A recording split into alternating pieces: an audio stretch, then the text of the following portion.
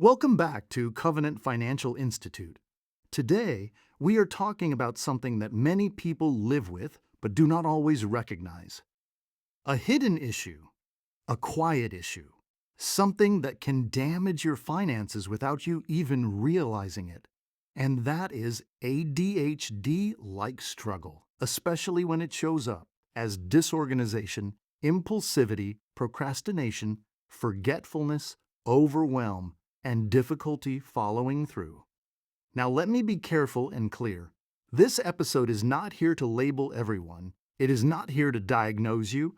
It is not here to shame you. It is here to bring understanding. Because many people who struggle financially are not simply lazy, careless, or undisciplined.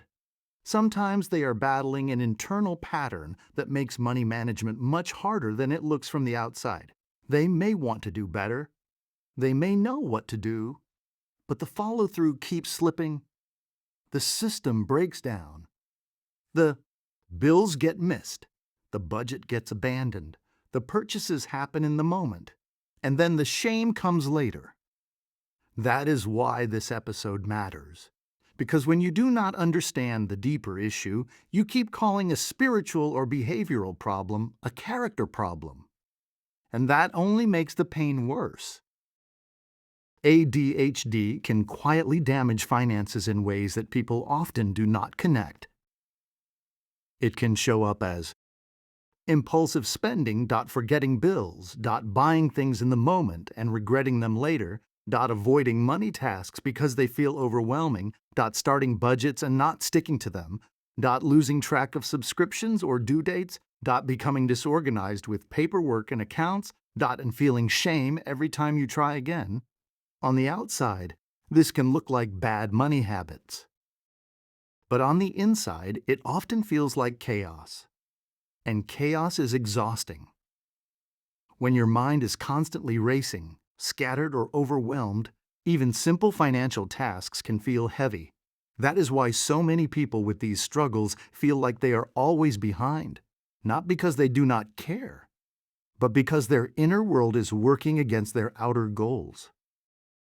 Money requires consistency. It requires tracking. It requires memory. It requires planning. It requires delayed gratification. It requires follow-through. But when a person struggles with attention, organization, or impulsivity, those things become much harder. So what happens? They miss a bill. They spend emotionally. They forget the plan. They delay opening statements. They avoid checking the account. They feel guilty. Then they avoid it more. And soon, the finances begin to reflect the inner chaos. That is how a hidden struggle becomes a visible financial pattern. Now, I also want to speak to this from a spiritual perspective. God is not the author of confusion. God is a God of peace, order, and wisdom. That means disorder in our lives is not something we are meant to just accept forever. Not every struggle is spiritual in the same way, but every struggle can be brought under the lordship of Christ. And that includes the way we manage money, time, attention, and responsibility. A disorganized life often leads to a disorganized financial life. A scattered mind often leads to scattered spending. An overwhelmed spirit often leads to avoidance. And when avoidance stays too long, debt and stress begin to grow. E.W. Kenyon taught that what we agree with internally shapes the way we live externally. That is important here, because many people with financial struggles are constantly agreeing with messages like, "I'm just bad with money. I always mess this up. I can't stay consistent. I'm too scattered. I'll never get organized. It's just how I am." Those statements may feel true because they have been repeated for so long, but they are not identity statements you have to keep. You may struggle with organization. You may struggle with focus. You may struggle with follow-through. But that is not the full truth of who you are. You are not doomed to stay chaotic. You are not condemned to stay overwhelmed. You are not trapped in a story. of failure. You can be trained. You can build systems. You can learn new habits. You can invite God's order into your life. One of the biggest reasons ADHD-like financial struggles get worse is shame. Shame says, "Why can't I just get it together?" Other people do this easily. "I must be irresponsible. I'm failing as an adult. Something is wrong with me." And shame is dangerous because it does not motivate change. It usually creates more avoidance. The more ashamed you feel, the less you want to look at your money. The less you look, the more problems grow. The more problems grow, the more ashamed you feel. That cycle has to be broken, and it begins with compassion and truth. Healing does not begin with pretending you are fine. Healing begins with honest awareness. It looks like saying, "I may need more structure than other people. I need simpler systems. I need reminders. I need routines. I need fewer decisions, not more. I need to work with how my brain functions instead of fighting it blindly." That is not weakness. That is wisdom. And spiritually, it is stewardship, because stewardship means managing your life in a way that works. Here are 5 practical ways to begin building order. If this episode describes you, the first thing to do is to make money visible. Do not hide from your numbers. Keep your bills, due dates, and balances in one place. Use one notebook, one app, or one sheet of paper. The goal is not perfection. The goal is visibility. The second thing to do is to simplify everything. If your system is too complicated, you will not use it. Fewer accounts, fewer cards, fewer subscriptions, fewer steps. Simplicity helps reduce mental overload.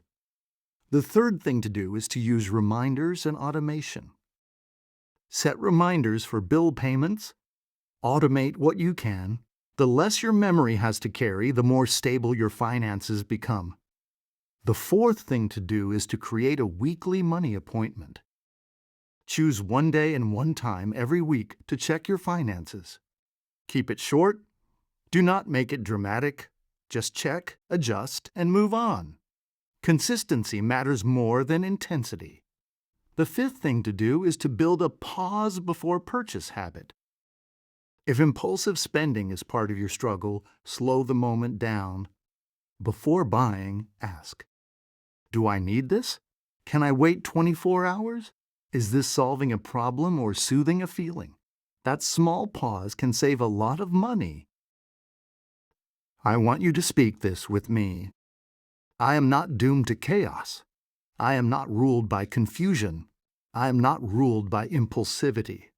I am not ruled by shame. I am learning order.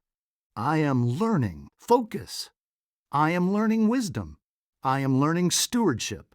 God is bringing peace into my mind. God is bringing order into my finances. God is bringing clarity into my habits. I can build systems that work. I can grow in discipline. I can become consistent. I can change. Say it slowly. Say it daily. Say it until your inner world begins to agree. Now I want to say something important. If ADHD or another attention-related issue is part of your life, please do not carry unnecessary shame. Get support. Learn your patterns. Build systems that fit your brain. Ask for help where needed. That is not lack of faith. That is wisdom. Faith does not deny your reality. Faith helps you face it with courage. And courage is often the first step to change. For the next 30 days, do these 3 things. Make your finances visible. Use one simple system. Check in with your money once a week. And every day, speak this: God is a God of order, and He is helping me build a peaceful financial life. You do not have to fix everything overnight. You just need to start bringing light into the places that have been hidden. because once the hidden patterns are seen, they can begin to change. If this episode describes you, hear this clearly. You are not broken beyond repair. You are not hopeless. You are not lazy by identity. You may simply need more structure, more grace, and more wisdom than you have been giving yourself. And God can help you build that. He is a God of order, not confusion. He is a God of peace, not chaos. He is a God who brings clarity where there has been overwhelm. So take heart, start small, build order, protect your finances, and let peace begin to replace chaos one step at a time. Before you go, type this in the comments. I am learning order, and God is helping me build financial peace. Come back for the next episode as we continue this journey together. If this content blessed you, please subscribe, leave a comment, and like this video so more people can be encouraged.